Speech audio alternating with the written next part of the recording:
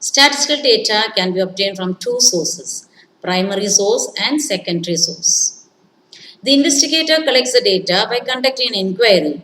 Such data are called primary data as they are based on first-hand information. If the data have been collected and processed by some other agency, they are called secondary data. They can be obtained from published and unpublished sources. Example, website, newspapers, books and articles and so on. There are different ways of primary data collection. What are the different modes of primary data collection? They are direct personal interview, mailing questionnaire method and telephone interviews. What's a direct personal interview?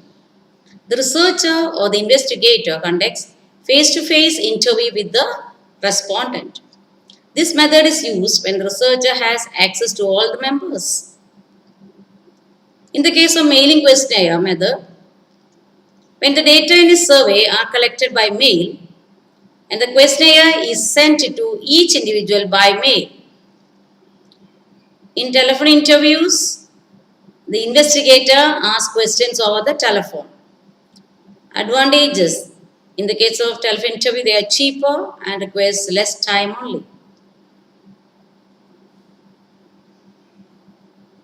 A survey which includes every element of the population is known as census method or complete enumeration method. For example, Census of India regarding population, it's carried out every 10 years. Meanwhile, sample survey. A sample refers to a group or section of the population from which information is to be obtained. In statistics, population or the universe means totality of the items under study. Sample survey has got two methods again. It is random sampling and non-random sampling. In the random sampling, every individual has an equal chance of being selected. For example, lottery method, that is blindfold selection. In that case, everyone gets equal chance of being selected.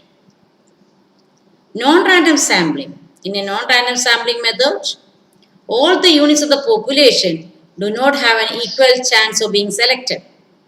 That is convenience or judgment of the investigator.